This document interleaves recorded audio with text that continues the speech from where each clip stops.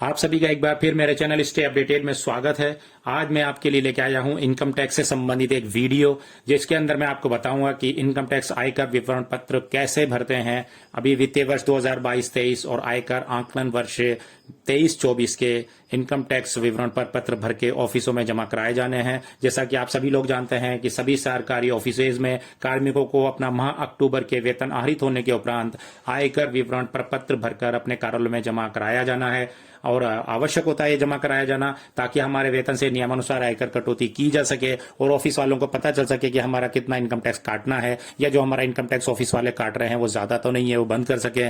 इसके लिए हम एक विवरण पत्र अपना भर करके सबमिट करते हैं ऑफिस में। अगर सरकारी कार्मिक आयकर विवरण पर पत्र भरकर अपने कार्यालय में समय पर ना दे तो क्या आहरण वितरण अधिकारी कार्मिक का वेतन रोक सकता है? अगर वेतन नहीं रोक सकता है तो क्या कर सकता है? क्या हमें आयकर विवरण पर पत्र भरकर देना जरूरी होता है?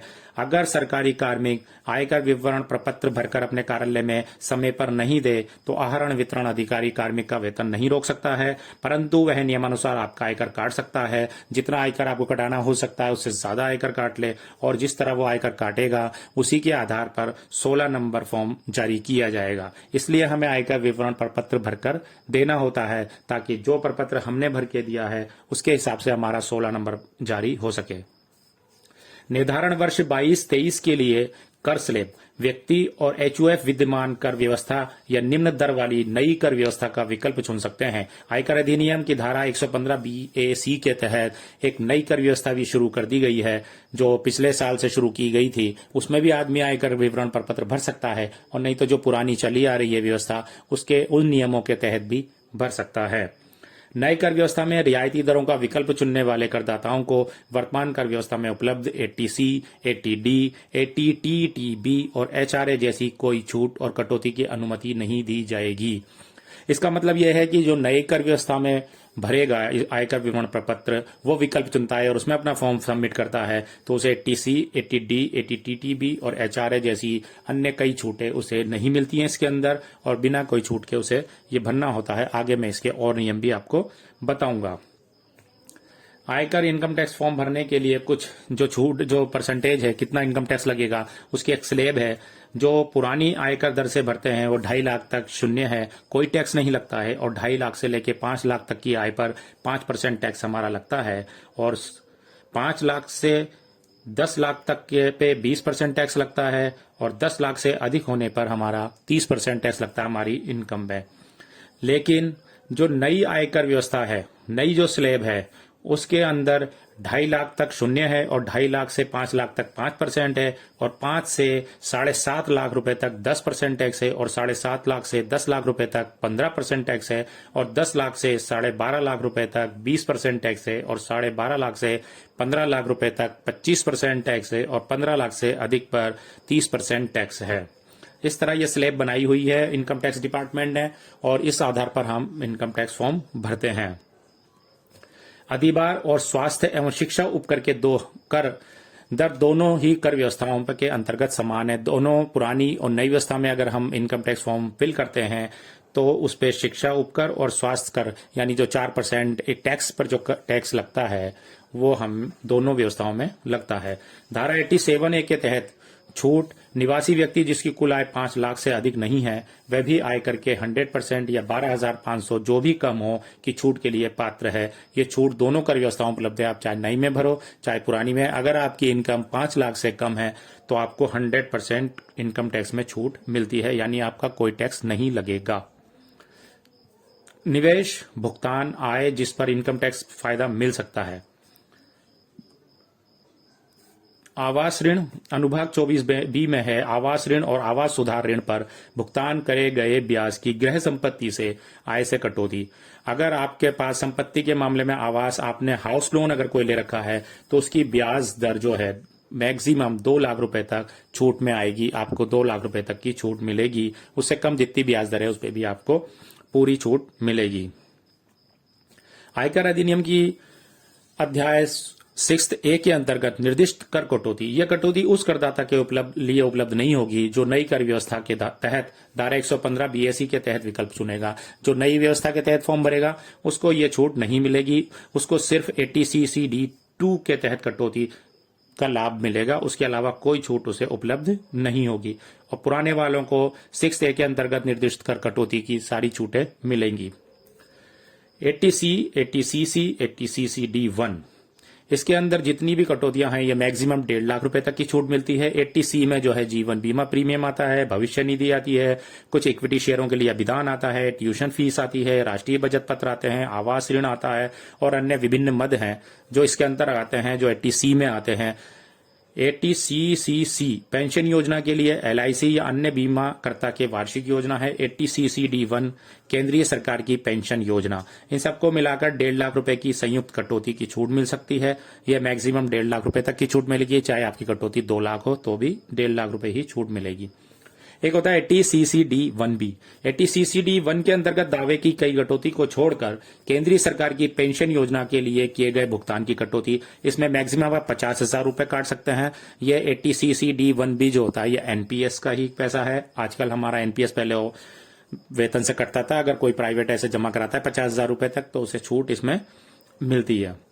केंद्रीय सरकार की पेंशन योजनाओं में नियोक्तों द्वारा किए गए योगदान की कटौती, यदि नियोक्ता PSU राज्य सरकार या अन्य वेतन की का है, यानी अगर हम राजस्थान गवर्नमेंट के हैं जो हमारी इनकम टैक्स पहले छूट मिलती थी उसके अंदर हमें 10% तक कटौती सीमा थी इसके अंदर 80CC D2 में, और केंद्र सरकार के लिए 14% तक, जो अब बंद हो गई है राजस्थान में, तो राजस्थान के कार्मिकों के लिए इसमें कुछ भी नहीं है। इसलिए 80D स्वास्थ्य बीमा प्रीमियम और निवारक स्वास्थ्य की जांच पड़ताल करने के लिए किए गए भुगतान के लिए कटौती, स्वयं या पति या पत्नी के आश्रित के लिए 50,000 रुपए कटौती सीमा है इसके अंदर। 80D में छूट मिलेगी। अपन को स्वास्थ्य बीमा ले रखा है, अगर अपन ने अपना या अपनी पत्नी का या अपने बच्चों का जो अपने ऊपर आश्रित हैं तो उसके अंदर 50,000 रुपए तक का बीमा अगर आपने ले रखा है तो उसकी छूट मिलेगी। ये 80C यानी 1.5 लाख से अतिरिक्त की छूट है अगर आपने ऐसा लिया हुआ है। एक होता है 80DD, यह विकलांग आश्रित के रखरखाव या चिकित्सा उपचार के लिए किए गए भुगतान की कटौती या संबंधित अनुमोदित योजना के तहत किसी भी राशि का भुगतान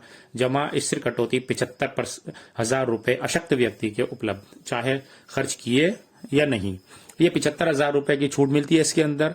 अगर कोई आपके घर में विकलांग है या आप विकलांग हैं या आपके बच्चा विकलांग है या आपकी पत्नी बीमार है तो आप विकलांग है तो आपको 75,000 रुपए तक की एक्स्ट्रा छूट और मिलती है। यह भी 1.5 लाख से अतिरिक्त है। 80DDB निर्दिष्ट बीमारियों के लिए स्वयं या आश्रित के चिकित्सा उपचार के लिए किए गए भुगतान हेतु कटौती सीमा 40,000 रुपए है, और अगर वरिष्ठ नागरिक हैं तो 1 लाख रुपए तक। अगर आप निर्दिष्ट कोई बीमारी है स्वयं की या आश्रित की तो उसके चिकित्सा उपचार के लिए भुगतान में जो कटौती सीमा है उसको 40,000 रुपए तक की छूट मिलती है इसके अंदर भी। 80DDB के तहत आती है ये। एक होता है 80E स्वयं या संबंधित के उच्च शिक्षा के लिए गए ऋण पर दिए गए ब्याज के लिए कटौती। आपने अपने बच्चे की उच्च शिक्षा के लिए लोन लिया है अगर, तो उसमें जो आपने ब्याज चुकाया है उस ब्याज की छूट मिलती है। ये भी 80C के अलग आती है, 1.5 लाख से एक्स्ट्रा है ये वाली छूट, इसे भी आप ले सकते हैं। 80EEB जहां 1 अप्रैल 2019 से 31 मार्च 2023 के बीच ऋण स्वीकृत किया गया है, वहां इलेक्ट्रिक वाहन की खरीद के लिए ऋण पर किए गए ब्याज भुगतान हेतु कटौती सीमा 50,000 लिए गए ऋण पर भुगतान की जाने वाले ब्याज पर। आपने कोई इलेक्ट्रिक वाहन अगर खरीदा है, इलेक्ट्रिक गाड़ी खरीदी है या कार खरीदी है लोन से, तो उस पर जो आपने इंटरेस्ट दिया है उस पर मैक्सिमम 50,000 रुपए तक की छूट आपको मिल जाएगी 80EEB के तहत। 80G नियत निधियों, धर्मार्थ संस्थाओं आदि को किए गए दान के लिए कटौती 2,000 से अधिक नकदी में दिए गए दान के संबंध में इस अनुभाग के अंतर्गत किसी कटौती की अनुमति नहीं दी जाएगी। अर्थात आपने किसी धर्मार्थ संस्था में या किसी निधि में अगर आपने दान दिया है तो उसके अंदर आपको छूट मिलेगी, लेकिन अगर आपने 2,000 से अधिक का दान नकद दिया है तो आपको छूट की अनुमति नहीं है, यानी आपको छूट नहीं मिलेगी। ऑनलाइन पेमेंट ही आपको दिखाना पड़ेगा उस धर्मार्थ संस्था को और उसकी रसीद, तभी आपको छूट मिलेगी। 80TTA बचत बैंक खातों पर प्राप्त ब्याज की पर कटौती सीमा 10,000 रुपए।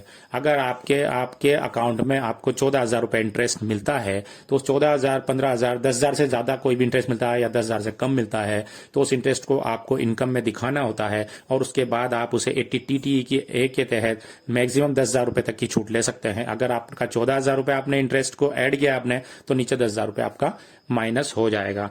ये इसके अंदर 80TTA के तहत बचत बैंक खातों के प्राप्त ब्याज की इंटरेस्ट की छूट आती है। आइए अब देखते हैं कि अपनी आयकर विवरणी भरनी कैसे है। मैंने आयकर विवरणी जो है अपने चैनल इस पर अपडेट कर दी है और उस पर डाल भी दी है। आपकी एक कॉपी वर्ल्ड में आप उस लिंक पे क्लिक करके आप उसे डाउनलोड कर सकते हैं और उसके बाद उसे भर भी सकते हैं। इनकम टैक्स फॉर्म मैंने जो बनाया है वो उसका थोड़ा सा रूप यहाँ पे दिखाया है आपको। इसके अंदर आपको अपना नाम भरना है, अपनी पोस्ट भरनी है, पैन नंबर लिखना है, इनकम टैक्स ईयर में जो आपकी ग्रॉस सैलरी है वो लिखनी है। अगर आप हाउस रेंट छूट लेना चाहते हैं तो हाउस रेंट छूट लिखनी है आपकी। और अगर स्टैंडर्ड डिडक्शन है 50,000 रुपए का, वो 50,000 रुपए फिर माइनस होंगे। फिर आपने कोई लोन ले रखा है, हाउस लोन इंटरेस्ट है आपका, तो वो माइनस करना है। और कोई आपने इंटरेस्ट हो आपका कोई एनएससी का या आपके बचत बैंक खाते का, उसको ऐड करना है उस इंटरेस्ट को आपकी इनकम में, और इस तरह आपकी टोटल ग्रॉस टोटल इनकम आ जाएगी। उसके बाद आपको आपकी 80CC और 80CCD1 यानी 1.5 लाख रुपए तक की जो छूट मिलती है उसके बारे में आपको लिखना है। कोई जीपीएफ में आपने पैसा कटाया हो, ट्यूशन फीस दी हो बच्चों की, पीपीएफ में पैसा डाला हो, एलआईसी में डाला हो, स्टेट इंश्योरेंस में जो पैसा आपका कटा है, आपने लोन जो हाउस लोन रखा था उसका मूल जो जमा कराया है वो पेमेंट इसके अंदर आता है, जनरल इंश्योरेंस इसके अंदर आता है, सुकन्या स्कीम इसके अंदर आती है और कई सारी चीजें इसमें आती हैं। तो वो आप इसके अंदर लिख करके 1.5 लाख रुपए तक की छूट इसमें ले सकते हैं। उसके बाद आपका 80CCB की छूट अलग से आप 50,000 रुपए तक लिख सकते हैं। मेडिकल डिपेंडेंट हैंडीकैप की छूट आप 75,000 रुपए तक ले सकते हैं। इसके अलावा आप है ना गार्जियन पेशेंट सफरिंग फ्रॉम की छूट आप 40,000 रुपए वो ले सकते हैं। एजुकेशन लोन अगर आपने ले रखा है तो उसका इंटरेस्ट जो जमा करा है तो उसकी छूट एक्स्ट्रा और मिलेगी आपको। 80G धर्मार्थ संस्था को आपने दिया हो वो छूट आपको मिलेगी। इस तरह आप इसके अंदर सारी छूट लिख करके इसका टोटल उसको माइनस करेंगे। उसके बाद जो पैसा आपका बचेगा वो टैक्सेबल इनकम कहलाती है और उस पर टैक्स लगेगा। टैक्स लगने में यही है कि 2.5 लाख रुपए तक का नील है और 2.5 से 50,000 रुपए तक का आपका 12,500 रुपए टैक्स बनता है। 5% 5 लाख तक का वो 12,500 रुपए वो टैक्स बनेगा। फिर 10 लाख रुपए तक की आपकी अगर इनकम है जो बची हुई उस पर 20% टैक्स बनेगा और 10 लाख से ज्यादा है तो उस पर 30% बनेगा। सारे इनकम को टोटल कर लेंगे तो वो टोटल टैक्स बन जाएगा हमारा टैक्स को। उसके अंदर 4% हमारा सेस लगेगा। 4% सेस लगाने के बाद हमारा टोटल टैक्स आ जाएगा और जितना हमारा आज तक का टैक्स कटा है उसको हम माइनस कर देंगे और जो बचा हुआ टैक्स है वो बचे हुए 3 महीने में हम अपने डिपार्टमेंट को लिख देंगे कि टैक्स हमारा 3 महीने में इस तरीके से काट लिया जाए। इस तरह ये फॉर्म हम पूरा फिल कर देंगे और फॉर्म फिल करके हम हमारे डिपार्टमेंटों में भेज देंगे ताकि हमारे डिपार्टमेंट वाले उसके हिसाब से जो हमने फॉर्म भरा है उतना टैक्स कटे, हमारा कुछ ज्यादा टैक्स ना कट जाए ताकि हमें परेशानी ना हो बाद में रिफंड की। और इस तरह मैंने एक छोटी सी वीडियो बनाई है। मुझे उम्मीद है आपको ये वीडियो पसंद आएगी और आप जो है इनकम टैक्स से संबंधित कोई भी परेशानी कोई भी हो, मैं इसके अंदर अपना ईमेल आईडी लिख रहा हूँ, आप मुझे मेल करके पूछ सकते हैं, मेरे कमेंट बॉक्स में मेरे से कमेंट करके पूछ सकते हैं, मैं आपके हर सवाल का जवाब दूंगा। और मेरी वीडियो अगर आपको अच्छी लगी है तो इसे ज्यादा से ज्यादा शेयर करें, हर किसी तक पहुंचाएं ताकि लोगों को समझ में आए। मैंने इसके अंदर जो मेन पॉइंट हैं जो जरूरी हैं जो हमारे लिए हैं, इनकम टैक्स का बहुत बड़ा चैप्टर है, अगर मैं उस पर वीडियो बनाने लग जाऊं तो 4-5 घंटे की वीडियो बनेगी, इसलिए मैंने इसे शॉर्ट में कुछ मिनट की ही वीडियो बनाई है। जो जरूरी है वही चीजें मैंने इसके अंदर ली हैं। मुझे उम्मीद है आपको ये पसंद आएगी और मेरे चैनल को सब्सक्राइब कीजिए ज्यादा से ज्यादा और मेरी वीडियो को लाइक कीजिए और मेरे कमेंट कीजिए और मेरी वीडियो को ज्यादा शेयर कीजिए। Thank you, goodbye, bye bye.